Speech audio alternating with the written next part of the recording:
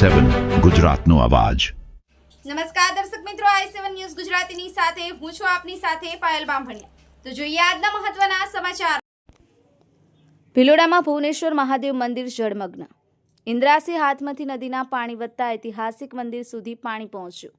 મંદિર પાસે પોલીસ બંદોબસ્ત ગોઠવાયો હતો। રાજ્યમાં છેલ્લા 2 દિવસથી ભારે વરસાદની આગાહીના પગલે જિલ્લામાં 2 દિવસથી ધોધમાર વરસાદ વરસી રહ્યો છે।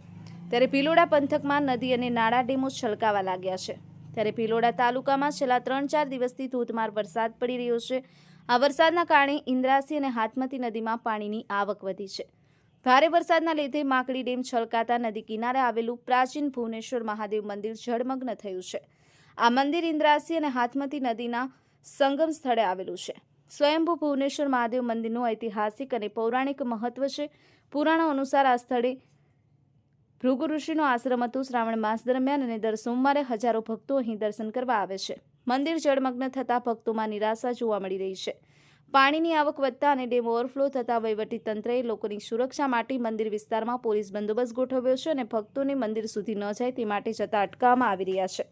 બ્યુરો ચીફ કૌશિક સોની, i7 ન્યૂઝ ગુજરાતી, અરવલ્લી।